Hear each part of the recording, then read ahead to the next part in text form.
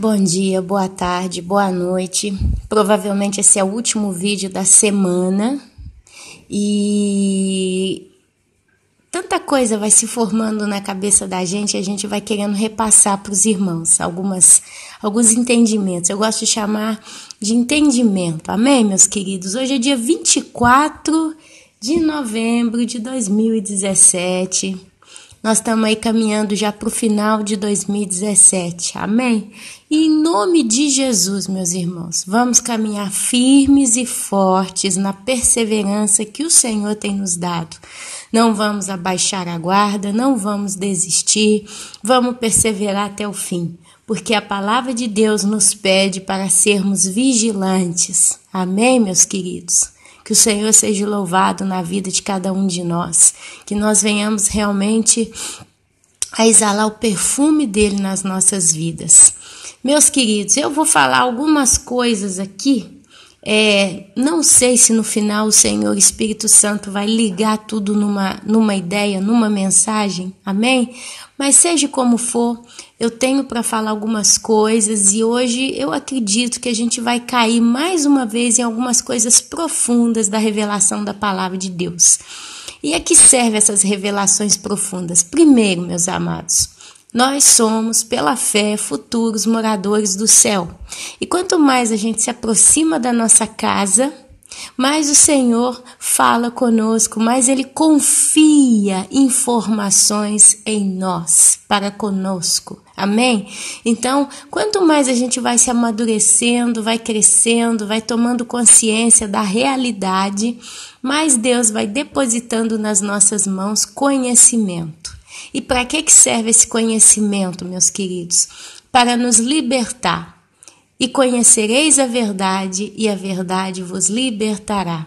Enquanto o povo de Deus tem perecido por falta de conhecimento, e enquanto muitos que ainda não são povo de Deus estão perecendo por falta de conhecimento, aqueles que buscam a Deus em espírito e em verdade têm recebido o conhecimento lá do alto. Hoje é sexta-feira. Tem hora que eu fico nervosa porque eu vejo que todo dia eu, como dona de casa, acho tanto serviço nessa casa para fazer. Meus irmãos, dá 4 horas da tarde eu tô com a casa limpinha, arrumadinha, ajeitadinha, tudo no lugar. Aí eu falo, poxa, amanhã eu vou estar mais tranquila. Aí chega o amanhã, eu levanto, mando o povo para a escola, para o trabalho, né? Tô aqui sozinha, olho para um lado, olho para o outro e aí eu vejo quanta coisa eu tenho para fazer. Hoje mesmo eu já estou lavando o colchão do meu filho mais velho com bicarbonato, porque ele é alérgico a ácaro, a poeira, a não sei o que, não sei o que, não sei o que. E aí o médico falou que a gente tem que dar uma vacina para ele, por 3 a 4 anos direto. Essa vacina custa de 2 em 2 meses, 270 €. Detalhe, o médico disse que pode ser que não funcione, mas pelo tipo de alergia, a probabilidade de funcionar é muito grande. Como eu não tenho dinheiro para investir numa coisa incerta e é sempre uma vacina, eu prefiro, a orientação que eu tenho sentido no meu coração é de manter o quarto onde ele dorme o mais esterilizado possível. Então, como está fazendo frio, tem umidade, eu estou evitando lavar o chão com produtos, cloro, essas coisas assim, estou lavando com álcool. Por mais que molhe a pouco. Então, estou usando álcool para limpar o chão do quarto dele. Tenho usado bicarbonato e aspirador de pó e procurado lavar muito as roupas de cama, deixar o mais que eu posso no sol. E brincando, meus irmãos, isso toma tempo. Aí eu olho no relógio, são 9h20, eu abro a Bíblia, vou ler a palavra de Deus e o Senhor não para de dar a gente entendimento, vai descarregando bênçãos e bênçãos de conhecimento. É onde eu coço a cabeça e falo, meu Deus, e agora? O que eu faço? Eu guardo isso só para mim ou eu passo para frente? E aonde me lembra a passagem quando o povo estava no deserto e o Senhor mandou o maná do céu e ele deu uma orientação para o povo. Ele dizia, vocês vão colher o necessário e vão comer. Não guarde maná para amanhã. E sabe o que acontecia? Alguns recolhiam maná para guardar para o dia seguinte com medo, né, de não ter o comer no dia seguinte. Aí o maná apodrecia. O que eu quero dizer com isso? Detalhe, no dia seguinte maná fresco e cada dia o seu maná. O que eu vejo isso na prática, espiritualmente falando? Quando Deus ele dá uma palavra, ele dá como maná. Se eu não como esse maná fresco hoje, vou guardar para amanhã, vou guardar para depois, e passa o tempo, né? E ele vence a palavra, a mensagem, o maná, ele como que apodrece. A palavra de Deus pode apodrecer? Absolutamente não, porque ela é viva, ela é eterna. Mas o que apodrece? O entendimento, a oportunidade de ter compartilhado no momento em que eu recebi essa palavra. Porque se não faz na hora que recebe, depois o entendimento ele se evapora, ele se esvanece. É como se você não conseguisse mais encontrar o raciocínio certo para trazer tal palavra. É por isso que quando eu estou lendo a Bíblia, se o Senhor me traz algo, eu tenho que parar tudo e dar na hora esse entendimento, porque senão depois ele não vem mais.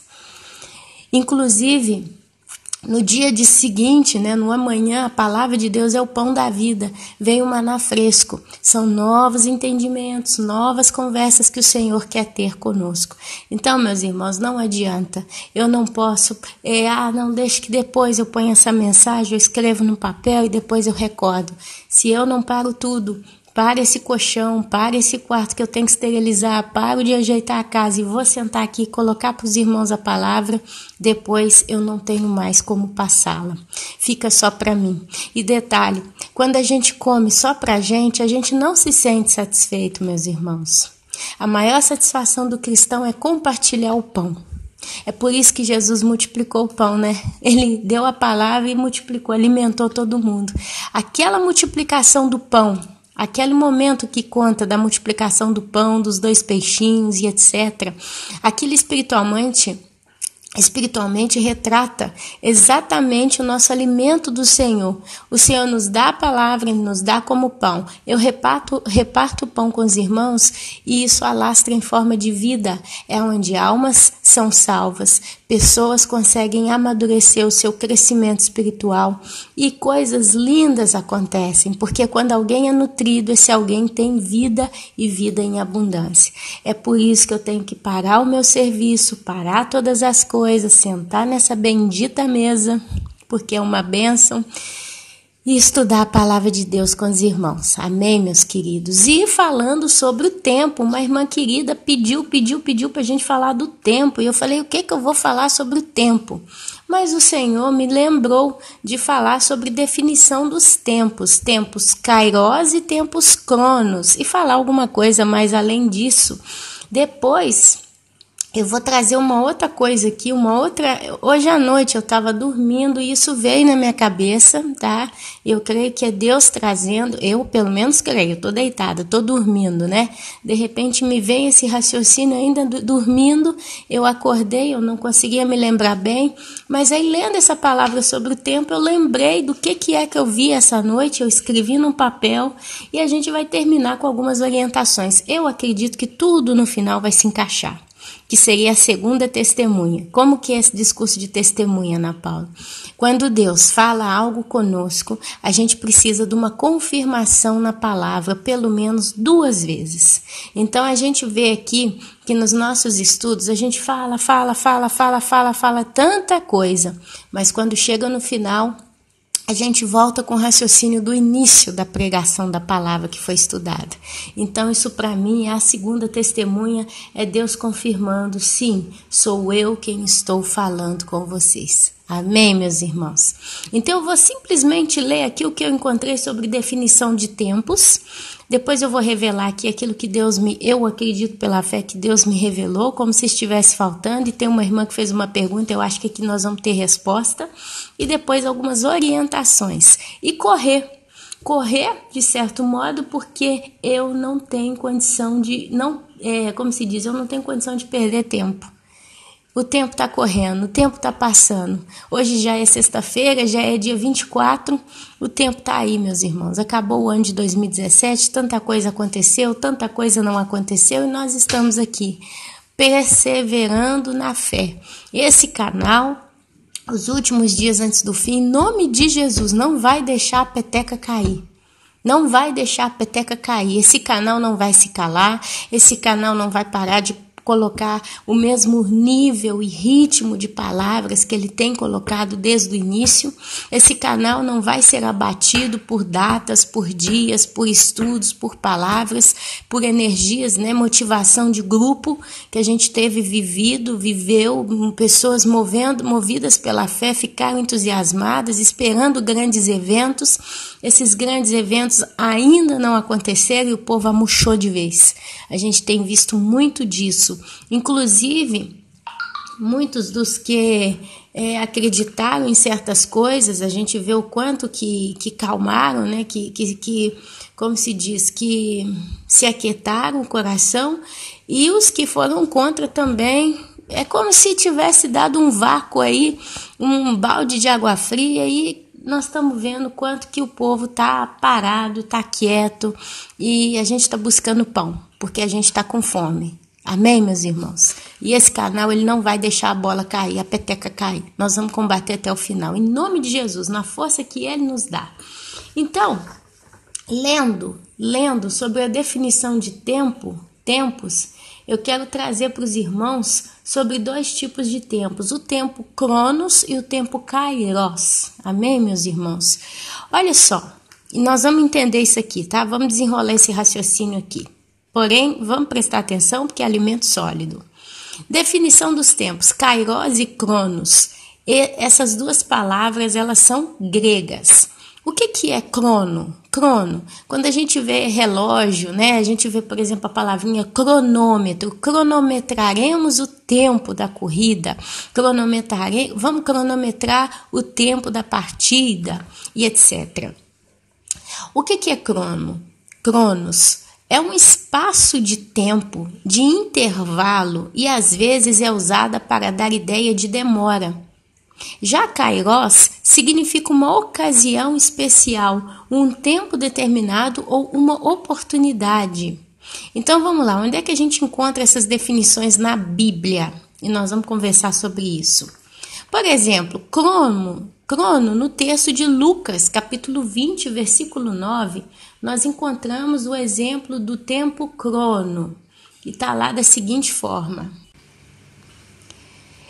O dono da vinha ausentou-se do país por muito tempo. O dono da vinha ausentou-se do país por muito tempo. Um segundo exemplo está em Atos, capítulo 13, versículo 18, que diz: Deus suportou os costumes do povo de Israel por um espaço de 40 anos. Em Atos, capítulo 17, do 26 ao 30, podemos ver o contraste dos dois termos. No versículo 26 diz que Deus fez todas as nações para habitarem sobre a terra, determinando-lhes os tempos, kairos, já dantes ordenados. No meio de todo o espaço de tempo que vai passando, existem na história da humanidade, como um todo, momentos específicos que Deus já predeterminou como épocas de mudanças, épocas especiais, épocas que abrem novas etapas no desenvolvimento do seu plano na Terra. Este é o significado de Kairos, um momento decisivo especial em que grandes coisas podem acontecer. Por exemplo, o arrebatamento. Então vamos agora destrinchar esse abacaxi aqui. Primeiro eu li tudo, agora nós vamos destrinchar o abacaxi. O tempo crono, ele é determinado de espaço. Então a gente vê o tempo crono simbolizado por anos, meses, dias, horas, minutos, segundos e milésimos e centésimos. Então ele é marcado. O tempo crono, ele é sempre marcado. Então agora são 9h31 da manhã para mim. Eu tenho até 12:30 para terminar esse trabalho aqui, trabalhar ele para publicá-lo no YouTube e limpar minha casa o suficiente para terminar aquilo que eu planejei de fazer hoje. Por exemplo, tem que passar o aspirador de pó lá no quarto do menino, trocar as camas e cozinhar. Ontem eu cozinhei o almoço em 40 minutos. Fiz arroz, fiz feijão batido no liquidificador, fiz espetinho de carne, fiz salada com 3, 4, 5 coisas diferentes. Enquanto eu fazia uma coisa, eu fazia outra e eu tive que me administrar em tal modo que em 40 minutos, quando meu marido chegou em casa, 12:30 certinho, eu olho no relógio, o carro aparece lá na rua. Ele já chegou com os meninos, já almoçaram, já foi aquela revolução, comendo, lavando prato, já tendo que levar o menino para a escola e pum! Eu me vi depois já limpando, terminando, era 4 horas da tarde, eu estava ainda limpando alguma coisa nessa casa e já olhando o relógio, tem que buscar os meninos, porque 4:30 eles saem. 4:30 pontualmente eles saem da escola. Aí li no grupo, né, de esporte dos meus meninos, que 5 horas da tarde tinha uma partida e o outro 5 horas eu pensei que era 5, que era 6. Aí eu descarreguei um filho num lado, já estava levando o outro, chega lá o menino, não é 5, é 6 horas. Eu falei, o que eu faço 1 hora com esse menino? Aí dei uma corrida na farmácia e o tempo todo controlando o relógio. Vamos ver se dá tempo. Deu 6 horas da tarde, deixei o outro menino lá na partida também, no esporte dele. Voltei para casa, fui limpar uns peixes aqui que meu marido ganhou, olhando no relógio, olhando para a panela, querendo ouvir alguns WhatsApp, não conseguindo, porque se eu escuto eu tenho que responder e eu não teria tempo para responder com determinado zelo, né? E ali, olha tempo daqui, olha tempo dali, deu 6:30, nossa, eu vou buscar o Gabriel, porque já passou 1h30 que ele tá lá, e tá fazendo frio, eu já saí correndo para pegar, chegou lá, o menino ainda ficou até 7:05, fiquei esperando esse menino, depois que chamei ele, e saí correndo para buscar o outro, e depois a gente veio para casa e já fui colocando eles no banho, vamos tomar banho, que já tá dando 7 horas da noite, a gente tem que jantar, porque 8 horas a gente tem que encerrar tudo, 8:30 vocês têm que dormir, porque senão amanhã quem levanta bem, e uma correria, ainda tava terminando de limpar aqueles peixes, e foi uma luta ontem, ontem de manhã até de noite eu fiquei ralando, e foi uma correria a minha vida ontem, e isso é o tempo crono.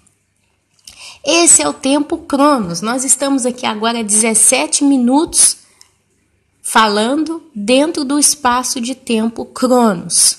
Mas e o Kairos? O Kairos ele é medido por eventos marcados por Deus no calendário da humanidade. Então é uma coisa que Deus ele predeterminou. Ele deu uma data. Por exemplo, eu vou dar um exemplo. Eu já dei o exemplo do tempo cronos, que foi ontem o meu dia. Uma correria, e eu sei que hoje vai ser também. Talvez menos pesado, mas sempre é aquela história. Mas eu sei que dia 25 de dezembro se comemora no mundo inteiro a data pagã chamada Natal. Então é um evento marcado na humanidade. Eu sei que dia 1 de janeiro, do dia 30, 31, sei lá, porque eu não sou muito boa de calendário. Eu sei que na virada do ano tem o Capodanno, como a gente fala aqui na Itália, ou o Réveillon. Então são eventos que chega a data específica, eles acontecem.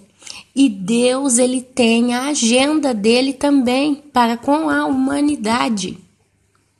Então as coisas acontecem em tempos determinados. Uma das coisas que vai acontecer no tempo determinado de Deus é o arrebatamento da igreja. Vai ser num dia e numa hora que ninguém sabe. Quer dizer, ele vai acontecer num dia e numa hora. Quer dizer, o tempo Kairos de Deus determinou que aquele dia, que aquela hora, que aquele mês, que aquele ano, iria acontecer o evento da subida, o arrancar com força a igreja da terra para o céu, encontrando com Jesus Cristo nos ares, que é a terceira dimensão ou terceiro céu. E num abrir e fechar de olhos nós teremos os nossos corpos transformados em corpos de glória, porque carne e sangue não podem herdar o reino de Deus. Então é um evento glorioso que Deus já estipulou para acontecer naquele dia, naquela hora. Então é um tempo Kairos, o arrebatamento da igreja, ele está inserido no tempo Kairos de Deus. Ele já foi agendado. Quando chegar aquela data, Deus simplesmente vai arrebatar o povo da terra. Amém? Uma outra coisa que está dentro do tempo Kairos de Deus é quando vai iniciar a grande tribulação. Se o arrebatamento da igreja já está com dia e hora marcado, provavelmente o tempo do início da grande tribulação também já está marcado. E ele vai durar o tempo Cronos de 7 anos. Tá dando para entender esse negócio de tempo? Então, meus amados, o que acontece? Isso agora, o que eu posso aplicar na minha vida prática? Como que eu posso aplicar esses eventos na minha vida em particular? Prática, né? Qual o entendimento que eu tenho que ter? Às vezes é uma coisa, esse é um entendimento profundo que Deus me deu há um tempo atrás. Eu, Ana Paula, só que eu oro para a conversão da minha mãe, nós estamos falando aí que já deve ter, só que eu estou aqui na Itália são 11 anos, só que eu sou evangélica, né? Eu me digo se chamar evangélica, nós estamos aí na casa de mais de 20 anos, porque eu tinha aproximadamente 18 anos quando eu me converti. Então vamos dizer, arredondando por alto as contas aqui, que já tem pelo menos 20 anos que eu oro para a conversão da minha mãe. E eu oro sempre. Quantas já foram as lágrimas derramadas para que Deus salve a alma da minha mãe. Até hoje ainda não aconteceu. Ela ainda é idólatra, ela ainda é rebelde, ela ainda tem uma série de comportamentos que, se ela morre instantaneamente, provavelmente ela iria para o inferno. Ok? Mas eu acredito que Deus, ele tem na agenda dele marcado a data que ele vai salvar minha mãe. Por quê? Porque Deus, quando ele recebe uma oração sincera, genuína, ele não ignora essa oração. A palavra de Deus nos diz: pedi e ser-vos-á dado.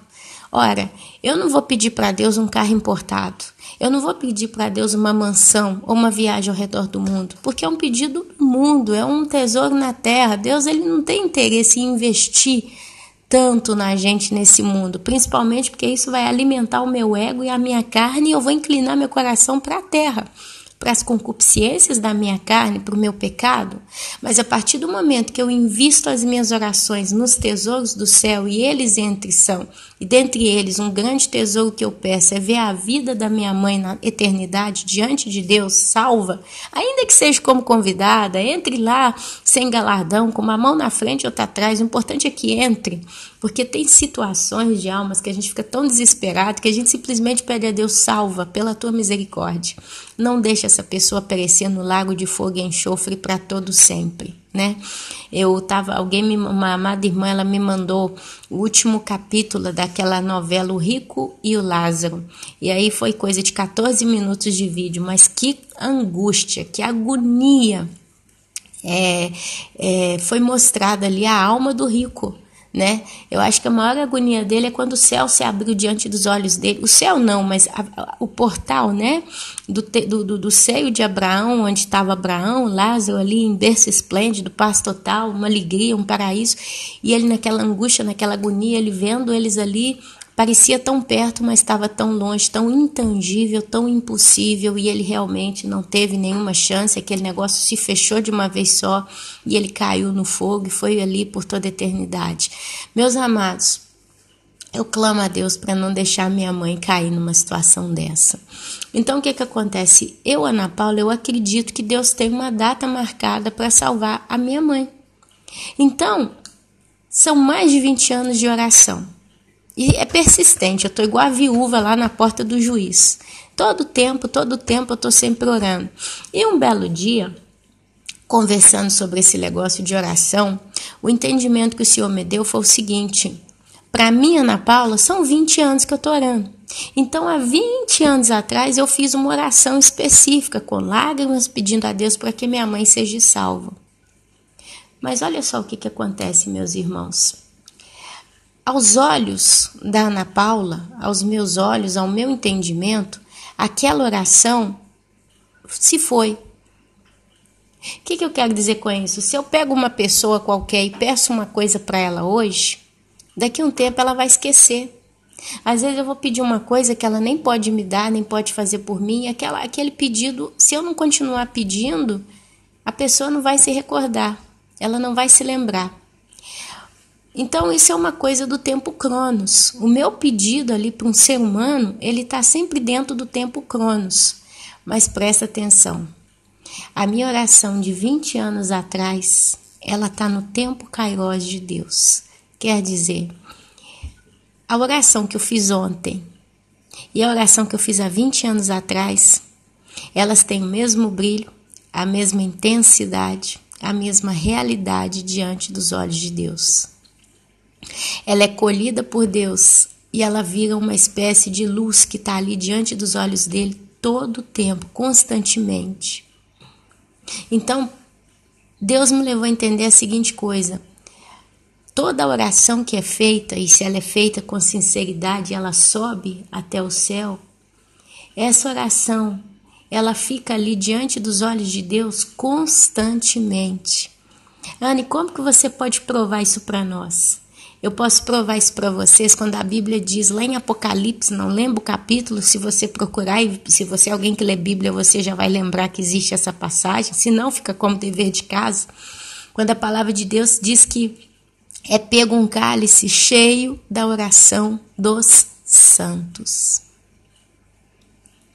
Amados, cada oração que chega no céu é uma oração sincera, é uma oração justa, ela está sendo depositada no céu. E ela é colocada diante dos olhos de Deus. Então, quando Deus ele olha para uma oração de uma velhinha que ela fez há 60, 70 anos atrás, e aquela velhinha continua viva e continua fazendo a mesma oração depois de 60, 70 anos, às vezes é o marido que ainda não se converteu e está velhinha ali com ela, para aquela velhinha, a oração que ela fez 60, 70 anos atrás já se passou, ela nem lembra mais as palavras que ela usou, ela não lembra o momento, ela não lembra a ocasião que foi. Mas Deus, ele vê aquela oração tão fresca, como se ela tivesse acabado de ser feita. Então, o que eu quero dizer com isso? Irmã Ana Paula, qual que é onde você quer chegar com essa conversa? Eu quero chegar na conversa de que quando tudo entra na dimensão de Deus, o tempo Cronos, né, com N, ele simplesmente perde seu efeito, ele deixa de existir. A gente que está debaixo desse jugo de viver o tempo contado, mas Deus não está debaixo do jugo de viver o tempo Cronos, o tempo contado. Então o que acontece? Deus, ele simplesmente tem um calendário diante dos olhos dele. E ali ele tem as marcações das datas. Porque Deus ele trabalha, ele tem que trabalhar, ele tem que investir os eventos no tempo Cronos do homem, da humanidade. Mas ele estabeleceu esse tempo. Deus ele simplesmente disse: eu vou dar tantos 1000 anos para o homem na terra. A gente acredita que são 6.000 anos. Pode ser um pouco mais, pode ser um pouco menos, porque o 7º ano é tido como o ano do descanso, porque Deus, em 6 dias, criou a terra, né? Criou todas as coisas, está lá em Gênesis, e no 7º dia ele descansou, ok? E a palavra de Deus diz que um dia para Deus é como 1000 anos, e 1000 anos é como um dia. Então a gente entende que Deus estabeleceu um tempo Cronos para a humanidade na Terra. Começou lá na saída do jardim. Não, eu acredito que na realidade, eu acredito que começou com a queda do homem, né? O tempo do pecado. Mas Deus cria Adão e Eva ali e inicia o tempo da humanidade. E até o último momento. Qual vai ser o último momento da humanidade na Terra, como ela é conhecida? Até o dia em que os céus e a terra vão passar, os céus vão se enrolar como um pergaminho, já não se vão ver nem céus nem terras e só um trono branco. Ali Deus cortou, é quando Deus ressuscita a alma dos mortos que morreram sem Cristo para serem julgados e lançados no lago de fogo e enxofre. Então ali se fecha a era do ser humano caído, e inicia a era do ser humano com o corpo glorificado, onde ele pode viver com Deus. E aqueles que pecaram vão estar condenados eternamente. Então, nesse meio tempo, a gente vê então a inexistência do tempo Cronos. Então, como que Deus ele age? A gente vê o tempo passando com dias, com horas, com meses, com anos, a gente envelhece, a gente perde a paciência, a gente fica ansioso, a gente corre para conseguir pôr tudo no lugar no tempo certo. A gente tem esse tempo como um tempo que passa. O tempo Cronos, ele está mostrando para nós, a vida está passando. O que você está fazendo da tua vida? Tem uma pessoa da minha família que eu vejo sempre, quando eu passo na porta da casa dessa pessoa, ele está na frente do computador, no Facebook. Agora ele arrumou uns jogos no Facebook e ele criou grupos de pessoas que, como ele, jogam. E toda vez que você passa lá, ele está lá trabalhando aquele trem. Quer dizer, investindo numa coisa virtual que não dá dinheiro, não dá nada, só a satisfação do vício. Ontem eu passei a mulher, cada hora que eu passava, eu já tenho observado isso há uma semana, meu sogro e minha sogra. Meu sogro na frente do computador o tempo todo. Quando não está no computador, está no telefone. Virou um vício. E ele fica naquele negócio ali o tempo todo. É WhatsApp, é Facebook. É WhatsApp, é Facebook, tá? Enquanto ele fica nisso, fazendo nada útil, nada produtivo, porque não se produz nada, minha sogra, ontem eu desci para levar meus meninos para a escola, era 1h pouca, ela estava levantando as cadeiras e limpando os pés. Não, quando eu desci, ela estava cozinhando umas verduras que ela colheu. Aí passou 10 minutos, eu voltei, né? Aí ela já estava limpando o pezinho das cadeiras. E ele lá no computador. Depois passou, deu 4 horas da tarde, eu desci de novo para pegar meus meninos na escola, ela estava de fora arrumando a árvore de Natal. Estava lá montando a árvore de Natal. Que para mim é uma besteira, mas vendo ela produzindo. Foi antes de ontem, ele estava viajando, né? Fazendo os negócios dele, ela estava pintando os portãozinhos tudo de fora. E cada vez que passa, ela está fazendo alguma coisa. É como se ela está sempre produzindo alguma coisa. E ela, em contrapartida, o tempo todo na frente do computador. O que eu parei para pensar? Falei, meu Deus, assim como ele, quantos estão fazendo isso do tempo que ganharam? O cara tem 20 anos, 30 anos, 60 anos, 70 anos, 90 anos para viver no planeta Terra. E investe o tempo que ele tem em nada. Em nada. Sim, tem aqueles que trabalham a vida inteira, investem todo o tempo que tem no trabalho, na família, nas coisas do mundo. Sim, sim. Mas olhando a nível de produtividade, meus irmãos, hoje nós temos uma sociedade escravizada no computador. Então as pessoas, elas não podem ter prazer na vida, a maioria, porque o dinheiro não deixa, a saúde não deixa, os compromissos da vida não deixam. Então eles investem no mundo virtual. E eles fazem no mundo virtual aquilo que eles não podem fazer na vida real. Se tornam bonitos, se tornam saudáveis, se tornam imperadores, presidentes, reis e governantes. Vivem aquela fantasia. E o tempo passa. E aonde você não consegue nem se lembrar qual foi a última vez que você viu essa pessoa pronunciar simplesmente a palavra Jesus. Que eu não me lembro qual foi a última vez que eu vi o meu sogro pronunciar a palavra Jesus. E a última vez que eu ouvi, eu sei. Ele pronunciou a palavra Jesus blasfemando esse nome. Estava lá fazendo um serviço de fora, né? Esses faidater que a gente fala aqui, construindo alguma coisa de fora. Aí não sei o que deu errado, aí começou a bestemear. Chamando a Nossa Senhora, desculpa aqui, mas ele fala assim, putana frigada.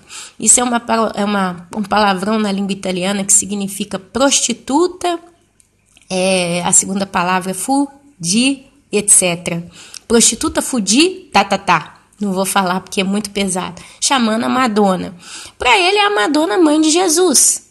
Então, assim, já pegando coisas que até então parecem ser santas e profanando. Aí chama Jesus Cristo também, não sei do que, manda Jesus ir para aquele lugar e fica ali falando aquele tanto de... Então, é a última vez que eu vi ele falando de Jesus. Mas eu nunca vi ele falando, Jesus, cuida de mim, cuida de nós, ajuda, né? Então, você entende que uma pessoa recebe um tempo crono para viver nessa terra, 20 anos, 30 anos, 70, 90, 120 anos, ok? E ela passa dia após dia, hora, minuto e segundo, investindo em quê? Em tudo, menos no reino dos céus. E aí essa pessoa morre, e ela é levada para o inferno. E quando ela chega no inferno, os olhos dela se abrem, podem ter certeza.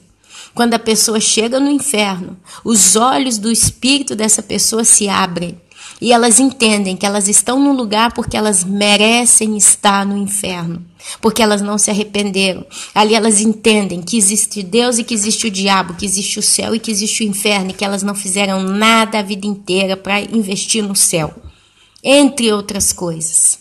A consciência da pessoa depois de morta, ela é extremamente ativada e potencializada. Porque ali no inferno não tem mais Facebook, não tem mais WhatsApp, não tem mais televisão, não tem mais trabalho, não tem mais família, não tem mais nada. É lugar de dor e sofrimento, ranger e choro. Choro e ranger de dentes. Então a pessoa tem todo o tempo para revisar o que fez na vida dela. É o tal do exame de consciência.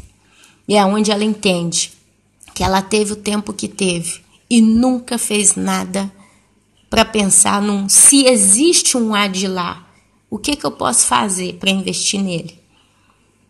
Deu para entender? Então esse é o tempo Cronos.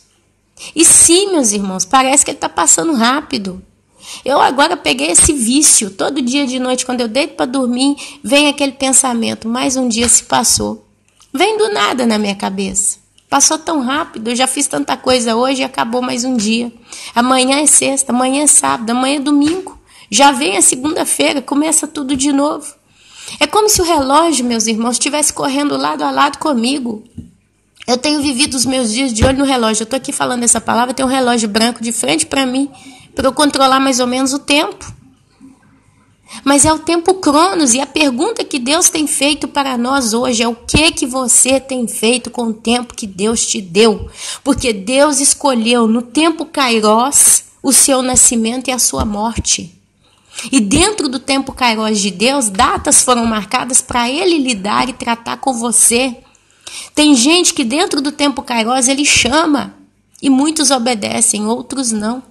É onde entra a palavra: muitos são chamados e poucos são escolhidos. Por quê? São escolhidos somente aqueles que aceitam o chamado de Deus e entram nesse chamado e colocam a vida em prática segundo a vontade de Deus, e Ele passa a ser Senhor e Salvador da tua alma, verdadeiramente.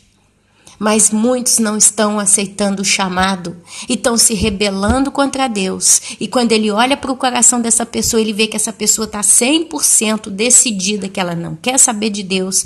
Deus bate o martelo e essa pessoa entra naquela sentença que diz: louco, esta noite pedirão a tua alma. E creia, é Satanás quem vem buscar, porque ele toma direito sobre essa alma. É onde a Bíblia diz que ele veio para matar, roubar e destruir. Tem um momento quando passa sobre os quatro cavalos do Apocalipse, tem o cavalo verde ou amarelo, verdrasto, né? Aquele verde encardido, feio toda a vida. A Bíblia diz que aquele cavalo, quando ele for solto na terra, ele está dentro de um dos selos, não lembro qual. Ele é solto na terra, a Bíblia diz que ele vai matar, acho que é 1/3 da humanidade, eu não lembro, né? Mas eu só lembro um texto terrível que diz que o inferno e o Hades o seguem com a boca aberta. Significa claramente que todas as pessoas que forem mortas pelo cavalo verde ou amarelo, elas vão para o inferno. Porque são pessoas que não se arrependeram, que não deram valor ao tempo que Deus deu para elas. Meus irmãos, cada dia que eu posso orar, cada dia que eu posso ler a Bíblia, cada dia que eu posso praticar um ato de bondade, de justiça, cada dia que eu posso fazer um exame de consciência para ver como que eu estou levando a minha vida, eu levanto a mão para o céu e falo: Deus, glórias eu te dou, porque mais um tempo o Senhor está me dando e eu estou conseguindo enxergar isso como é. E eu estou realmente sendo reconhecedora do tempo que eu tenho. Meus irmãos, quando a gente tem essa consciência, ainda que a gente morra, a gente sabe, pelo menos eu fiz o que eu pude. Eu perseverei, eu combati, eu lutei, eu fiz. É como disse Paulo: combati o bom combate e encerrei a carreira. Quando a gente tem consciência de Deus e do tempo Cronos, que é o tempo que Ele nos deu, a gente combate todo dia, porque a gente sabe que no tempo Kairos vai chegar um momento em que Ele vai nos recolher dessa terra. E para onde eu vou? A gente sabe que vai para Ele, pela fé e pela misericórdia dEle. Então, meus queridos e meus amados, a gente vê o tempo passar e a gente envelhece, a gente se perde, né, na doença, na enfermidade, a gente morre e etc. Mas o que acontece? A gente, quando morre para o mundo, o tempo kairos, ele passa a ser só um compromisso da agenda de Deus na nossa vida. É onde a gente vive um dia de cada vez. Um dia de cada vez, esperando o dia que Ele vai nos chamar e vai nos recolher. Eu, Ana Paula, meus queridos, eu sei de todo o meu coração que muitos, ou talvez todos, ou talvez vocês, eu sei que estamos cansados. Porque o tempo, ele afatiga, o tempo, ele cansa, o tempo, ele nos abate. Porque nós temos sido provados pelo fogo, já aqui nesse mundo. Eu vou ler isso aqui daqui a pouco, se eu conseguir. Mas sabe, meus irmãos, se o juiz de Deus começa dentro da casa de Deus, imagina aqueles que não são de Deus, que juízo terrível os espera. Então, meus queridos, eu não sei quanto tempo nós temos ainda antes do arrebatamento, mas eu sei que esse evento está marcado no tempo kairos de Deus. O arrebatamento está marcado no tempo kairos de Deus. E tudo que é da eternidade, tudo que pertence ao céu, o homem não pode ver, não pode ouvir, não pode pensar. Porque nem olhos viram, nem ouvidos ouviram, nem jamais chegou ao coração daqueles que amam a Deus aquilo que Ele tem preparado para aqueles que o amam. E o arrebatamento é o início de uma vida feliz, plena, jubilosa, completa. Plena e completa é a mesma coisa. Então os nossos olhos ainda não viram esse dia, mas a gente vai pela fé. A gente vive dia após dia investindo e galgando a nossa liberdade. Porque a gente ainda não está livre. A gente ainda está preso num corpo de pecado. O mal que eu não quero fazer eu faço. O bem que eu quero fazer não faço. Pobre, miserável homem que sou. Quem me livrará deste corpo de morte? Amém, meus irmãos? Então sim, o tempo parece que passa rápido. É por isso que a gente tem que procurar investir no nosso tempo. Minha irmã e meu irmão, eu tenho falado isso com alguns, mas eu vou falar de novo aqui. Eu não sei, você talvez é alguém que está ouvindo esses áudios no nosso canal e você fala, ai, mas eu estou sofrendo, eu estou desempregado, eu estou assim, eu estou assado, e a sua vida tem sido só uma lamentela. Sim, minha querida, eu sei que é dura, eu sei que é difícil não ter emprego, não ter um marido, não ter uma esposa, não ter não sei o que daqui, não sei o que dali, passar aperto, sim. Mas se você, mãe e irmão, de vez em quando no teu dia, separar um tempo para servir a Deus e deixar de pensar um pouco em você e pensar na seara que é grande e poucos são os trabalhadores e começar a interceder pela salvação do próximo, creia que você vai estar fazendo alguma coisa de útil no tempo que Deus te deu. Isso é o mínimo que nós podemos fazer. Porque nós recebemos a salvação. O que nós temos dado a Deus? Deus não precisa de nada de nós, Ele faz tudo sozinho. Se Ele quiser, então, nossa Deus. Mas Ele chama a gente a fazer o ID. Então não é que você tem que achar uma igreja, tem que ser obreira na igreja para dizer que está fazendo a obra de Deus. Mas você tem que, no mínimo, ser um grande intercessor. Como eu falo grande, não no sentido de entrar num grupo de oração pesado e combater com os irmãos, mas grande no sentido de ter uma intenção verdadeira e genuína no teu coração suficiente para todo dia orar por uma alma. Uma alma que você ora por dia. Essa oração, ela sobe para o céu e ela fica diante de Deus como testemunho de que um dia um justo clamou ao que pode todas as coisas, para se lembrar na sua infinita misericórdia de uma alma perdida. E quem sabe Deus então vai se lembrar e vai salvar aquela pessoa. Eu, Ana Paula, não quero chegar no céu com a minha mão suja de sangue. Eu não quero chegar no céu e Deus olhar para mim e falar, você lembra daquela pessoa? Por que você não orou por ela quando ela te pediu uma oração? Várias vezes pessoas falam, irmã, ora por mim. Se eu posso, na mesma hora eu oro. E tem gente que tem hora que é tantos pedidos que eu não tenho como lembrar de todo mundo. Então eu ponho num global, mas Deus sabe quem são as pessoas que pediram oração e quais são as causas, e eu me lembrei de orar por elas. Nós precisamos trabalhar nessa seara, porque o tempo que Deus nos deu, o tempo cronos, é muito precioso. Ele é o tempo que Deus nos deu para provar para nós mesmos quando chegarmos diante do tribunal de Cristo e os ímpios quando chegarem diante do trono branco. É o tempo que ele nos deu para provarmos para nós mesmos quem nós realmente éramos. Por quê? Porque antes da fundação do mundo, os nomes foram escritos no livro da vida. E com o passar do tempo, muitos nomes têm sido riscados. Por quê? Porque não foi aprovado por Deus. Então Deus, riscou o nome. Como uma pessoa não é aprovada por Deus? Quando ela entende no coração dela e mostra isso para Deus, que ela não quer a Deus como Senhor e Salvador da vida dela, Jesus. E Deus, ele vê isso, ele entende isso.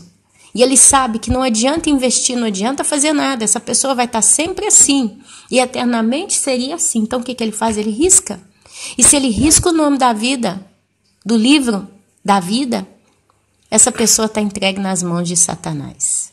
E aí você já viu aquela, como é que chama? Ampulheta, luneta, aquele vidro que tem uma areinha e ela vai descendo assim, mano a mano que desce o tempo, vai escoando com a areia. Cada um de nós temos uma, acho que é ampulheta que chama, né? Cada um de nós temos um daquele. Quando Deus, ele sonhou o nosso viver, ele criou uma ampulheta. E ele determinou no tempo Kairos, dia tal, por exemplo, dia 4 de agosto de 1978, vai vir ao mundo Ana Paula. E ali, quando eu nasci, quando eu fui retirada da barriga da minha mãe, Deus colocou essa ampulheta lá no céu. E a areia começou a descer. E ali Deus, então, marcou eventos. Dia tal ela vai pecar, dia tal ela vai me desafiar, dia tal ela vai se converter, dia tal ela vai cair, dia tal vai acontecer isso, dia tal eu vou chamar ela e dizer que não tem mais tempo para pecar, dia tal eu vou falar para ela do arrebatamento, dia tal eu vou recolhê-la da terra. De um modo ou de outro. Deus, ele estabelece, o plano de Deus é bom, perfeito e agradável para cada ser humano que nasce. Mas se dentro dos eventos Kairos que Deus determinou para nós, no nosso tempo Cronos, formos dizendo não, não, não, não, é como alguém que não comparece a um evento marcado. Eu convido você para jantar comigo. Amanhã, às 8 horas da noite, eu pago o jantar para você.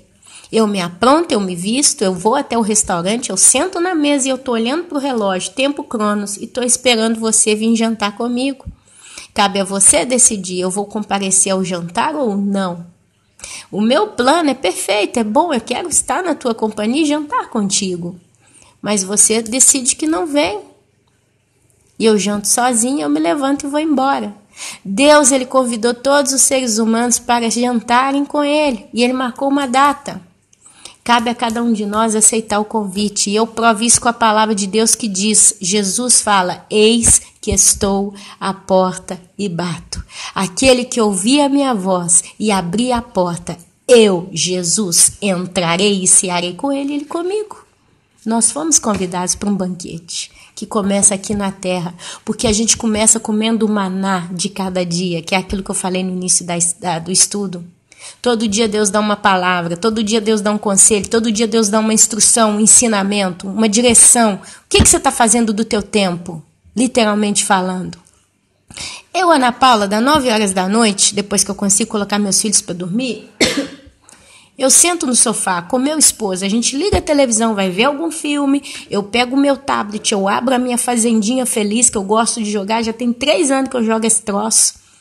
E eu fico ali 1 hora, meia hora, brincando, colhendo tomate, plantando milho, alimentando a vaquinha. Mas é o tempo que eu determinei, que eu tô ali, eu não posso orar. Meu marido tá em casa, eu não posso começar a caminhar dentro de casa e falar sozinho. Ele não vai entender, porque ele não é convertido, por mais que ele tenha boas intenções. Os meninos vão acordar. Eu tenho de 9 horas da noite, aproximadamente, até 11, 11h30, para ter um entretenimento. E eu não me sinto culpada em fazer isso. Mas olha só, agora de manhã eu tô aqui falando de Deus. Eu podia parar e largar para lá, que me interessa. Eu vou cuidar da casa. Só que eu cuido da casa, amanhã tá tudo sujo de novo, porque é juntar pó. É juntar pó. A ferrugem, a ferrugem e a traça, sei lá, corrói todo dia o que eu ajunto. Mas o que eu ajunto no céu, meus irmãos, rende. É quando a gente termina uma palavra dessa, a gente se sente cheio, se sente satisfeito, se sente com a sensação de dever cumprido. Eu ganhei o dia. E é isso que me mantém de pé. É a fé que excede, é a paz que excede todo entendimento. A hora está correndo, são 10h05. Até 11 horas da manhã eu tenho que estar limpando alguma coisa e já pondo coisa no lugar para não ter problema. Tem que começar a cozinhar, pode ser que eu tenha que sair, pode ser que não sei. Mas nesse momento eu preciso falar de Deus, porque isso é o ar que eu respiro. Isso é a minha vida, é a luz que está em mim. Eu sou o sal da terra. Vocês já repararam que quando a gente cozinha, o sal é o elemento que está em menor quantidade na panela? Você coloca, por exemplo, vai fazer uma feijoada, né? 1 quilo de carne, 1 quilo de feijão, coloca 1 litro d'água e enche sempre aquelas medidas que você tem que pegar com as 2 mãos, porque tá cheio e vai pondo na panela. Mas na hora que você põe o sal, é uma colher de sopa, se muito. É uma colher de sopa ou até menos, dependendo do regular lá na sua cabeça, quanto sal eu ponho. E detalhe, o sal, no final que você coloca ele na comida, ele é a coisa mais sentida. Porque se você cozinha uma comida sem sal, você não consegue comer aquele troço. Pode ser a carne mais cara, pode ser a especiaria, pode ser a pietanza, como a gente fala aqui na Itália, a pietanza. Pode ser a pietanza mais especial. Mas se você não põe sal, é sem vida. Nós somos o sal da terra, somos pouco, nós somos uma colher de Deus, julgados numa população de mais de 7 bilhões de pessoas. Mas sem nós nesse mundo, esse mundo perde o sabor. Creia. E a coisa é tão séria que quando a gente for retirado deste mundo, virá a ira de Deus por 7 anos. E ela vai vir com toda a fúria. Vai vir com toda a fúria. E a Bíblia tem várias passagens que falam disso. Quão terrível será o grande dia do Senhor. Dia de dor, dia de lágrima. A pessoa vai fugir do braço do leão, vai cair no braço do urso, por aí vai. A gente já estudou isso tanto. Nós somos o sal da terra.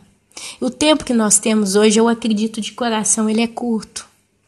É curto, meus irmãos. O nosso tempo hoje é curto. Nós perdemos a maior parte da nossa vida pecando, errando. E aqui está falando isso, eu vou ler para vocês. Agora basta, minha querida, meu querido, use o resto do tempo que você tem glorificando a Deus com boas obras, com ofertas de louvores agradáveis ao Senhor. Em nome de Jesus eu te peço, invista no céu, mas não porque você quer receber um galardão, mas porque você quer agradar o coração do Deus lindo que te deu esse espaço chamado tempo de vida. Porque aqueles que desperdiçaram esse espaço, esse tempo agora estão chorando amargamente. E não vão chorar só um pouquinho, vão chorar para sempre e não se poderá fazer nada por eles. Então, falando sobre o tempo, isso é o que eu podia falar. Lembrando que o tempo eterno, ele é um tempo que quando a gente chegar lá, a gente não vai... Eu acho que a gente vai ter uma sensação muito estranha quando a gente chegar no tempo eterno, falando das coisas do céu agora. Eu acho que quando a gente chegar lá, a gente vai ter um baque, porque a gente vai... Gente, eu dou uma prova para os irmãos. A gente vê vários testemunhos, né, de pessoas que dizem que foram ao céu e voltaram. Você vai dizendo, você acredita? Eu vou dizer, eu não acredito, mas não duvido. Então eu sou neutra. Mas eu creio que sim, por que não? A Bíblia diz lá em Joel, capítulo 2, que nos últimos dias os jovens teriam sonhos, os velhos teriam visões. Se Deus quiser levar alguém para o céu e mostrar alguma coisa lá, por que não? Eu já tive experiências de coisa do gênero, então eu não posso duvidar. Deus é poderoso, eu não posso limitar a Deus no seu ilimitado modo de ser. Então eu acredito que Deus realmente leva pessoas a ter experiências lindas no céu. E tem pessoas que relatam que elas ficaram horas e horas e horas e horas e horas. E elas falam assim, eu vi coisas no céu, mas foi tão rápido. Parece que eu fiquei 1 minuto no céu. Aí eu olhei no relógio, tinha 6 horas, 8 horas que eu estava no meu quarto. Quer dizer, na terra eu fiquei 8 horas no meu quarto, mas no céu parecia que eu estava 2 minutos e acabou tão rápido. Já tem pessoas que falam assim, foi num abrir e piscar de olhos, eu tive uma visão de Deus, das coisas de Deus. E parece que eu fiquei tanto tempo ali. Deus me mostrou tanta coisa. Mas quando eu olhei no relógio, passou só 1 minuto, 2 minutos. O que eu quero dizer com isso, meu querido, minha querida? Que o tempo do céu é o tempo eterno. Então ele não é limitado. Ele é um tempo em que eventos e eventos e eventos vão acontecer eternamente. E aí entra nos mistérios de Deus. Mas é uma coisa que a gente vai ter uma sensação muito estranha quando chegar ali. E vai ser uma sensação de júbilo, plenitude, alegria, satisfação, vida, consolo, paz.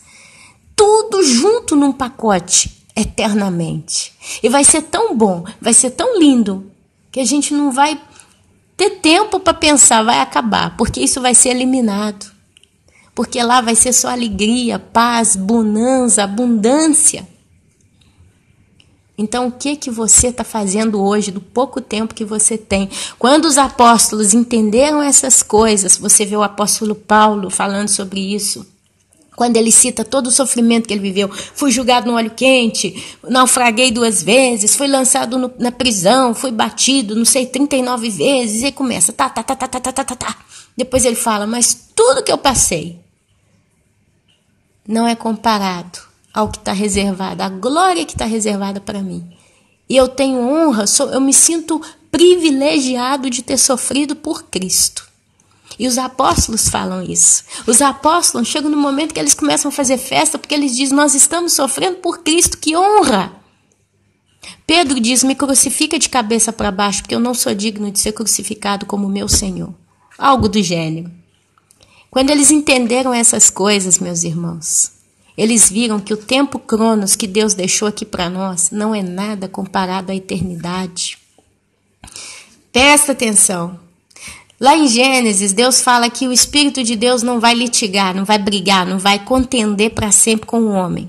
E aí ele limita o tempo cronos de vida do homem a 120 anos, ok? Mas ao mesmo tempo, você lendo as Escrituras, você vê que Deus diz que um dia para ele é como 1000 anos. Tipo assim, para mim não faz diferença. Um dia, 1000 anos para mim é a mesma coisa. Quer dizer, eu não vejo esse tempo passar. Eu não passo o peso desse tempo nas minhas costas como o ser humano passa. Para nós, 20 anos, 30 anos, 40, 100 anos é tão pesado. Passa 80 é enfado e canseira, diz a Bíblia. Justo? Chega a 70 já é chato. Vai para 80 é enfado e canseira. A velhice pesa, a doença começa, o corpo começa com dores. Você pode ser a pessoa mais rica do mundo, você está envelhecendo, caramba. Então, para nós é peso, mas para Deus um dia 1000 anos é a mesma coisa. Mas ele estabeleceu 120 anos de vida do homem na terra. Agora, 120 anos, vamos dizer 100 anos, é 10% de 1000 anos.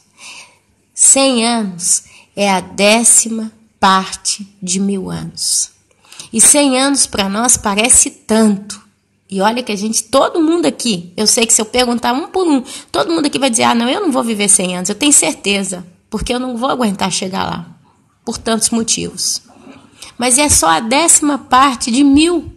É como se você pegasse 1000 e dividisse por 10. 100, 100, 100, 100, 10 vezes 100. É a 10ª parte. E a gente já acha que é tanto. Mas para Deus, 1000 anos, um dia, é a mesma coisa. Por quê? Porque Deus vê a coisa na eternidade. Nós vemos no tempo crono. Agora você compara. Um homem vive 30, 40, 70 anos, 90, 100 anos, sofrendo nesse mundo. Come o pão que o diabo amassou, segundo a expressão popular. E morre. Mas morre salvo.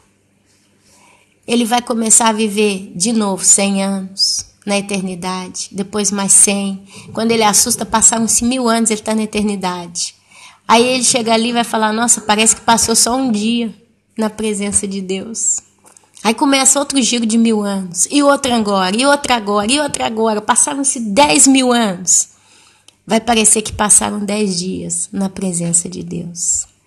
Aí você vai fazendo as contas, eu não sou boa para fazer isso, não vou levar o meu cérebro ao curto-circuito, mas imagina 1 milhão de anos no tempo eterno. Vai parecer alguns tantos dias, talvez 1, 2, 3 meses, 1 ano, na presença de Deus.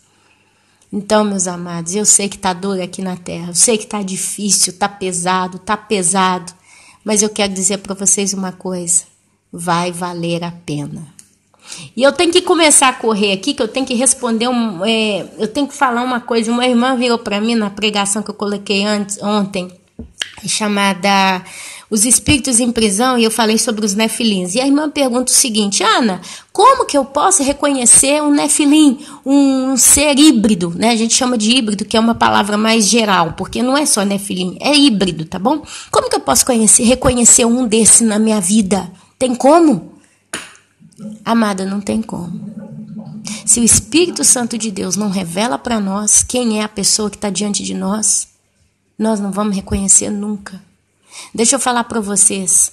Nós somos feitos de um chamado código genético. Então, é uma espécie de uma filatura com algumas proteínas. Adenina, citosina, tinina, são 4. A, C, C. Quando eu estudei biologia, tem tantos anos que eu estudei biologia, falava AACC ou AACT, um negócio assim. São proteínas, ok? De acordo com a disposição dessas proteínas, eu vou chamar proteína, me perdoe se eu estou sendo muito ignorante, meus irmãos, mas justo para entender, tá bom? De acordo com a distribuição delas e com a organização que elas estão, cada ser humano ele é geneticamente formado de um modo. É por isso que ninguém é igual a ninguém. Você pode pegar até 2 irmãos gêmeos. Por mais que você olhe, parece que é a mesma coisa, vai ter sempre algum detalhe que é diferente. Por quê? Porque tem um código genético modificado. Às vezes você faz fatiga para distinguir quem é o gêmeo A, quem é o gêmeo B. Mas se você olhar bem, vai ter alguma coisinha que faz a distinção. Caráter, uma pinta na cara, o cabelo que é levemente mais liso, vai ser o modo de olhar, vai ter sempre um detalhe. Por quê? Porque tem um gene que modificou toda a estrutura. Tem esse pessoal que nasce com aquela deficiência de Down. É dito, né, os Downs, né, que eles nascem, eles têm um rosto diferente, são baixinhos e tal. Por quê? Porque eles têm uma alteração simples no código deles. Então, às vezes, minha mãe é negra, meu pai é negro e eu nasci branca. Nasci de pele branca e cabelo duro. Mas por que essa menina é branca? O pai é negro, a mãe é negra, mas o avô era branco. O pai do pai, ou o pai da mãe, ou o pai do pai era branco. E eu herdei daquele descendente de 3º grau um códigozinho genético da pele que determinou que a minha pele nasce branca. Às vezes é uma pinta, às vezes é um redemoinho em cima da muleira da minha cabeça. Tem gente que quando corta o cabelo bem curtinho, dá uma espécie de um redemoinho na muleira da cabeça. É a disposição dos fios do cabelo, como eles nascem. Eles fazem um redemoinho. Eu tenho um sobrinho que ele tem 2 redemoinhos em cima da nuca dele. Quando a mãe dele cortava, aqui, Ana Paula, olha aqui pra você ver o cabelo desse menino. Dava 2 redemoinhos na nuca. Já meu filho Alessandro tem um redemoinho só. Isso tudo está dentro do código genético do DNA. Então, o que acontece? Com o desenvolvimento da humanidade há milhares de anos, nós estamos há 6 mil anos, né? Vamos dizer 6 mil anos para não fazer muita bagunça com números. Vamos supor que a gente está aí na casa dos 6 mil anos na Terra. Cruzamentos foram feitos, séculos e séculos de cruzamento. O que acontece? O DNA foi espalhado, meus irmãos. Então, o DNA desses nefilins, eles foram sendo dissolvidos e cada um recebeu daqui, dali, daqui, dali, daqui, dali. Então, às vezes, é uma pessoa que ela tem no coração a predisposição de tal coisa, que só por causa do DNA ela tem aquilo. Mas eu vou falar uma coisa para você. Você fala, mas então uma criança nasce de um homem que tem um código genético alterado. Então ele é um híbrido e ele nem sabe que ele é híbrido. Literalmente. Tem muita gente no mundo que nem sabe que é híbrido. Mas porque veio de geração em geração e caiu nele. É fruto de pecado. E a coisa é muito mais profunda do que isso. Mas justo para dar um exemplo mais quebrado. É híbrido. Aí juntou com uma mulher normal, tiveram um filho que herdou o código genético híbrido do pai. Então é um outro híbrido que nasceu. Mas é um detalhe tão pequenininho que não parece a olhos vistos. Mas com o decorrer da vida, essas pessoas, todas elas vão desenvolver coisas que os normais, os seres humanos criados por Deus, provavelmente não vão desenvolver. talvez um talento especial, talvez uma predisposição especial, por causa do código genético, talvez certas facilidades, certas habilidades, talvez certos sinais físicos. Eu não sei, mas só Deus o sabe. Mas uma coisa eu acredito que todos eles têm em comum, porque eu acredito em primeiro lugar no Deus da justiça. E se Deus é justo, Deus ele não vai mandar ninguém para o inferno porque não, ele sabe por quê. Lembra que ele vive no tempo Kairos? Deus ele está vivendo uma história que ele sabe o fim. Então, quando ele vê cada ser humano, ele já sabe no que vai terminar. Ele sabe. Ele sabe quem nasceu vai ser para o inferno, vai ser para o céu. Ele sabe, porque ele sabe, ele conhece o fim desde o princípio. Ele já leu o livro. É como se ele tivesse lido o livro. Então, ele sabe contar a história. Aí você pergunta, mas por que Deus então deixa nascer o pecador? Por quê? Porque no dia do julgamento, Deus vai ter um tribunal. E um tribunal não pode ser trabalhado se não tiver provas para condenar o culpado. Eu não posso pegar um assassino que nunca matou ninguém e botar na cadeia porque ele é um assassino.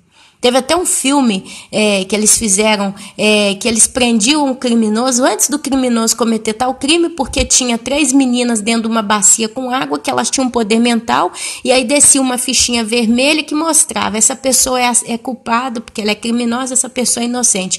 Aí quando caía a bola vermelha, aparecia a pessoa, que até então não tinha nem cometido o crime, e aí ela mostrava já o crime no futuro, o policial ia lá e pegava a pessoa e prendia a pessoa. Minority Report, com Tom Cruise, foi o filme. Deus não pode trabalhar nesse sistema. A pessoa precisa cometer o ato para que Deus, então, tenha a prova no dia do tribunal, lá do grande trono branco. Porque a Bíblia diz que tem testemunhas que estão vendo o agir de Deus. Então, Deus deixa nascer o pecador por isso. Porque aquele pecador precisa nascer, precisa crescer, precisa viver, precisa fazer aquilo que ele é disposto a fazer por causa do coração pecador e perverso que ele tem, para quando ele morrer, ele chegar no inferno e passar o tempo, chegar no tribunal, no julgamento do grande trono branco que está lá em Apocalipse e ser julgado com justiça. Porque Deus ele julga a todos nós segundo as nossas obras, segundo aquilo que nós fizemos. É por isso que o pecador nasce. E é por isso que ele é chamado de vaso para a ira. Mas os híbridos nascem também. E aí você fala, mas por que Deus deixa? Primeiro por causa do pecado do homem. Porque a palavra de Deus diz que Deus nos guarda. O anjo do Senhor acampa ao redor daqueles que temem a Deus. Então, se tem o Espírito Santo, se tem um anjo de Deus que te guarda, Deus não vai deixar você cair nas mãos de uma pessoa que tem um DNA híbrido e você faz um filho para ir para o inferno. Eu não acredito que Deus deixe isso acontecer. Se a Bíblia fala que até o veneno que a gente consome, se nós santificarmos isso, não vai nos matar, eu posso pisar em cobras e escorpiões, ainda que eu ande pelo vale da sombra da morte, eu não temerei mal nenhum, que, né, o Senhor é comigo, ainda que 10.000 caiam à minha direita, 1.000 à minha esquerda, eu não temerei. Enfim, meus irmãos, você pode ter certeza que Deus guarda a nossa vida. Se a gente teme a Ele, se Ele passa a ser verdadeiramente o nosso Senhor, o Senhor da nossa vida, Ele não vai deixar vir nada a nós que nós não possamos resistir, principalmente a maldição. A Bíblia tem um momento que ela escreve que Deus não pode ser tentado, então Ele não tenta a ninguém.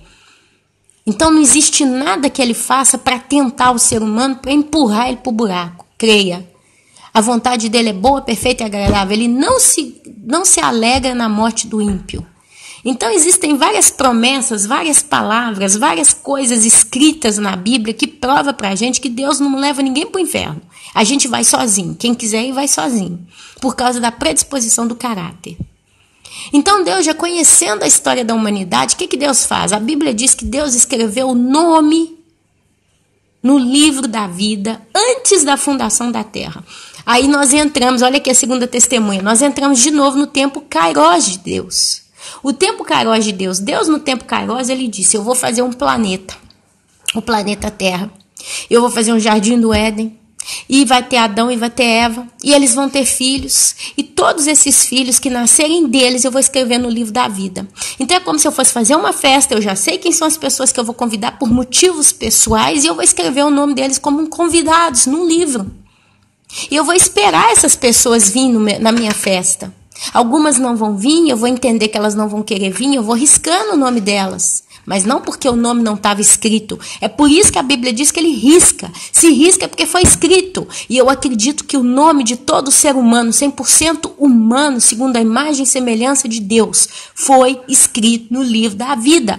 Eu, Ana Paula, se Hitler, que morreu e foi um dos maiores assassinos e o maior dos blasfemos contra Deus, porque ele pegou na menina do olho de Deus, que foi os judeus. Se Hitler foi 100% humano, não tinha nenhuma gotinha de DNA híbrido no sangue dele, eu creio de todo o meu coração que o nome dele foi escrito no livro da vida.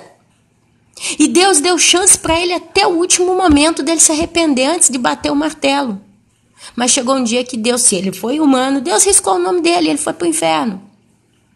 Mas uma coisa é certa, a lista dos convidados, ela era... como se diz, quando você faz uma festa, né? Eu vou fazer uma festa de aniversário para o meu filho. Então eu vou convidar, como o meu menino é menino homem, eu vou convidar só os meninos da classe dele. Então as meninas eu não vou convidar nenhuma. Aqui na Itália muitas vezes eles fazem isso. Aí escreve só o nome de menino homem, porque é os amiguinhos do meu filho. E aí faz aquela seleção de pessoa. A gente, quando faz eventos, eu vou casar, então eu vou convidar fulano, ciclano, betano, mas aquele ali eu não vou convidar porque não me interessa. Então a gente tem seleção. Deus, ele criou o livro da vida para quem é filho dele, a imagem e semelhança dele. Então nunca esteve nos planos de Deus colocar os nefilins e os filhos, os híbridos e qualquer ser humano anômalo, geneticamente falando, no livro da vida. Mas então Deus foi mal porque Deus podia ter feito isso? Não, porque a Bíblia diz que quem não tem o nome escrito no livro da vida vai ser adorador da besta, lá em Apocalipse. A Bíblia diz que o mundo vai estar como nos dias de Noé, e nos dias de Noé não tinha só violência desfrenada, como é que é a palavra em português? Nos dias de Noé tinha gente modificada geneticamente a ponto que a maldade se multiplicou de tal forma que Deus não encontrou nenhum justo na terra. Só Noé e a sua família. O resto era tudo perverso. Se alastrou, o mal se alastrou no coração dos homens. E provavelmente os geneticamente transformados já tinham a raiz da perversidade, porque não são filhos de Deus. Não tem a natureza que Deus colocou no homem, é uma natureza diferente. Então Deus não planejou. Olha só, quando os anjos caídos desejaram as filhas dos homens, quer dizer, quando os filhos de Deus desejaram as filhas dos homens, eles traíram a Deus, eles pecaram, eles cometeram uma grande blasfêmia contra Deus, porque eles passaram por cima da natureza que Deus estipulou, determinou, criou. Deus criou os homens, Deus criou os anjos, cada um no seu lugar, e não se pode misturar, porque é abominação. Aí aqueles anjos, não, nós queremos aquelas mulheres, elas são bonitas, mas nós sabemos que nós estamos cometendo o maior pecado que um ser pode cometer. Que nós estamos profanando a imagem e a semelhança que ele determinou no homem. Porque se filhos nascerem disso, dessa união nossa com eles, vão nascer anomalias. Anomalias espiritualmente falando, meus irmãos. Espiritualmente falando. E isso é uma afronta à decisão que Deus tomou, porque ele deu a sua própria imagem e semelhança. Não é que Deus criou um ser que não é a sua imagem e semelhança, como um cachorro, um gato, um papagaio. Ele pegou o que é dele. Ele pegou a imagem dele, a semelhança dele e implantou isso no homem. É a mesma coisa de você pegar um pai de família que durante toda a vida é muito respeitado no bairro, na família, na cidade. E aí a filha desse homem, de repente, vira uma prostituta drogada. Aquele homem se sente envergonhado porque a minha filha, filha de um homem direito, virou uma prostituta drogada, rebelde. E só faz escândalo na família. Não é uma afronta. Agora imagina a imagem de Deus, que é uma imagem gloriosa. Ele pega isso e coloca no homem. Aí vem Satanás e seus demônios, vai lá e pega aquilo e profana. Dá para entender, uma coisa puxa a outra, mas dá para entender quão pesada é essa coisa. E Deus já sabia que isso ia acontecer. Ele já sabia.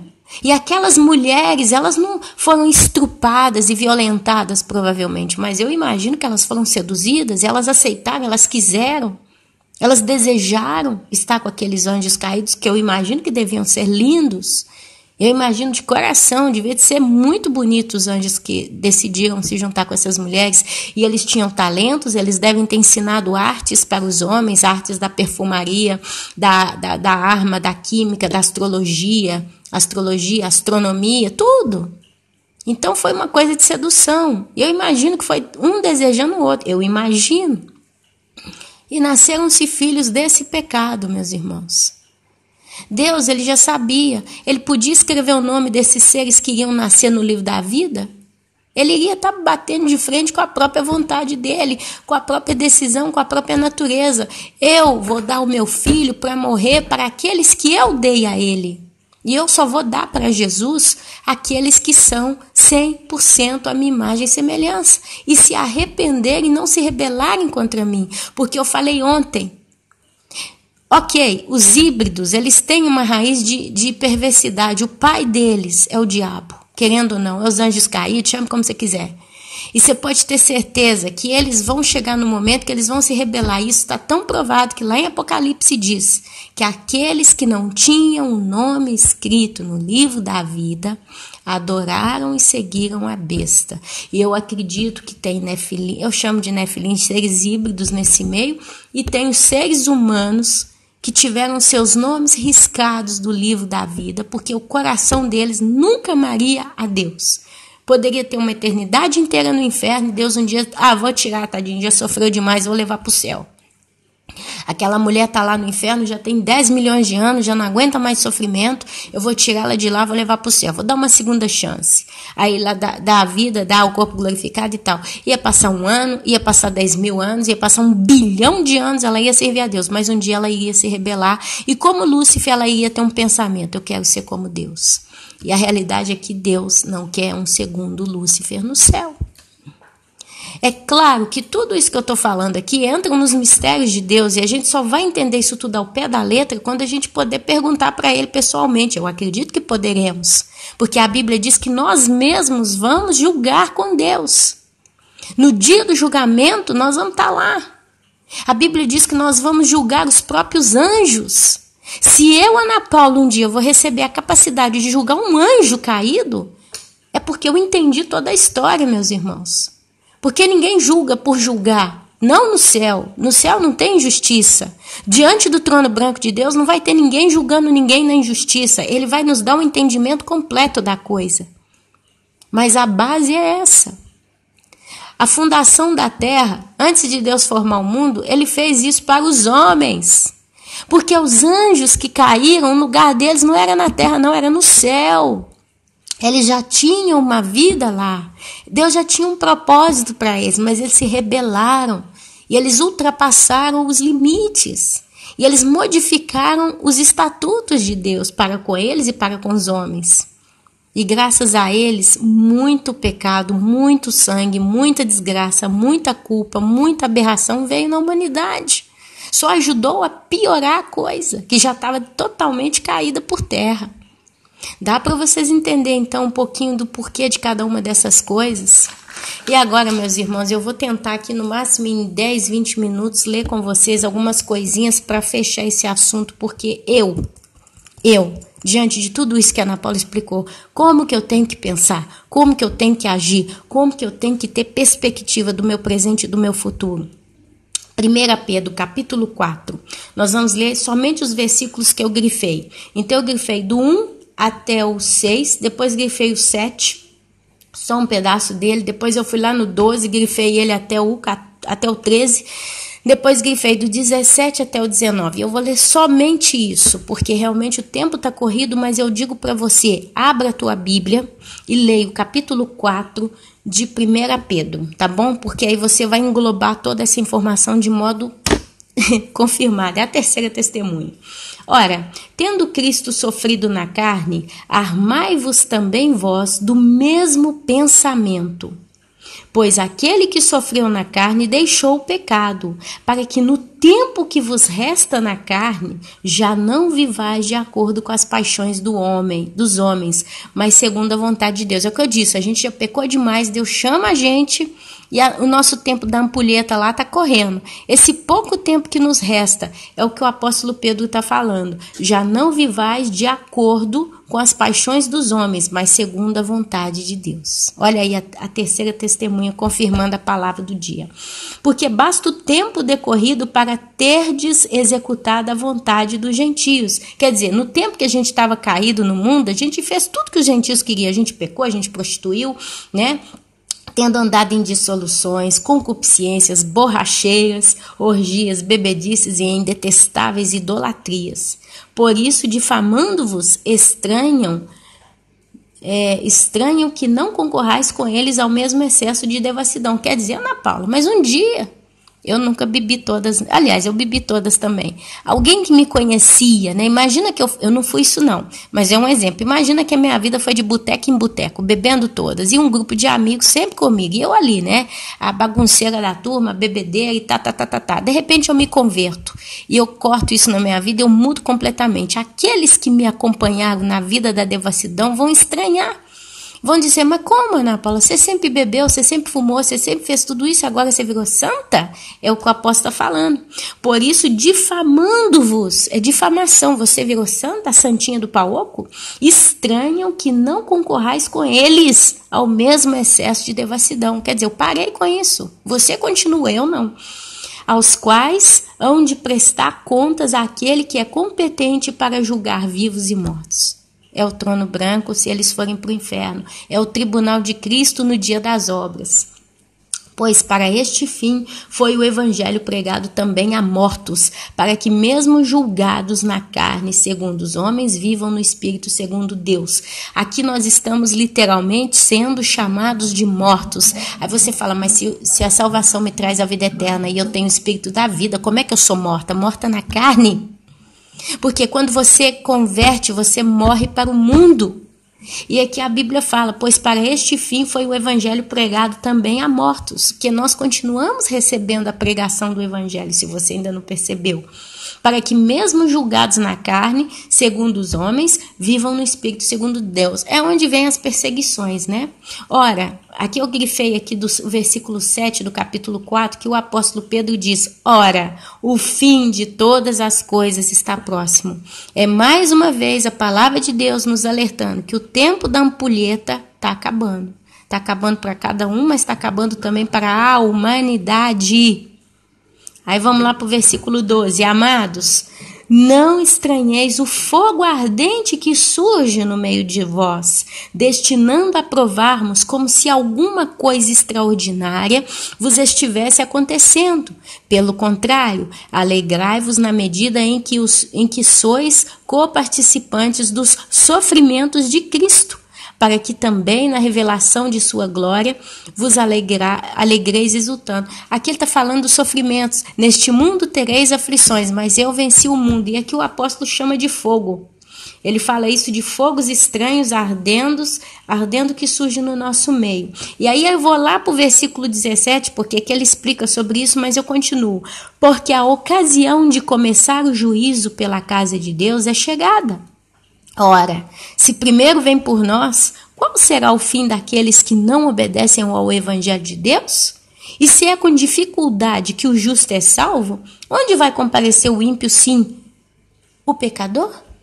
Amado, se você não percebe aqui, o apóstolo Pedro está dizendo que os sofrimentos que você, eu e nós passamos nessa vida como santos é literalmente uma espécie de julgamento. É o fogo da provação. E tem um apóstolo Paulo que diz, nós somos provados a cada dia. Nós somos provados, meus irmãos, pelo fogo de Deus todo o tempo. E isso é uma espécie de juízo que Deus tem conosco. Porque Ele quer ver até que ponto nós vamos suportar, como que nós vamos reagir ao mal que nos vem. Nós vamos pagar o mal com o mal ou nós vamos pagar o mal com o bem? É juízo. Então é como se Deus estivesse falando, essas aflições que a gente sofre, É um certo juízo. Por quê? Porque nós somos pecadores, meus irmãos. O mal que eu não quero fazer eu não faço, o bem que eu quero fazer eu não faço. Mas lá no Éden começou o problema. Quando Adão e Eva caíram, e a Bíblia diz, aquele que pecar, esse morrerá. E a Bíblia fala que todo dia nós morremos por amor a Cristo. Porque quando vem a proposta fácil e vem o sacrifício, a gente escolhe o sacrifício, ali a gente sofre. São as injustiças da vida, as perseguições, as opressões, os ímpios que nos circundam, o inferno que parece que não acaba mais. Isso é uma espécie de provação. É Deus nos limpando, fazendo o vaso de novo. Quebra o vaso e o faz de novo. Então, de certo modo, falando de um modo bem complicado aqui talvez, a igreja de Cristo tem sido provada. E de certo modo isso é um juízo, porque nós vamos chegar num tribunal. E ali o Espírito Santo vai terminar de comparecer ali, passando cada um pelo fogo. O que vai sobrar? Só vai sobrar daquilo que nós vivemos nessa vida. Quer dizer, é como se eu estivesse plantando agora para colher no dia do tribunal, em palavras curtas. Por isso também, os que sofrem segundo a vontade de Deus, encomendem a sua alma ao fiel Criador na prática do bem. É o que eu estou falando, a gente planta nessa vida para colher na eternidade. Amém, meus irmãos? E assim, depois de toda essa conversa, eu vou ter que encerrar. São quase 11 horas da manhã. Eu preciso terminar essa palavra, mas eu acredito que ela foi útil, ela foi bem esclarecedora, e a gente se vê na próxima semana, né? Vamos ver o que Deus tem para nós. Eu vou colocar a descrição do texto bíblico de referência. Eu não sei se eu vou conseguir colocar dos versículozinhos que eu marquei, eu acho que 5 não é tão difícil, mas de qualquer modo, é 1 Pedro capítulo 4. Eu te aconselho ler todo esse capítulo, tá bom? E assim, meus queridos e amados irmãos, eu vos saúdo na santa, gloriosa e poderosa Shalom do Senhor. Amém, amém e amém.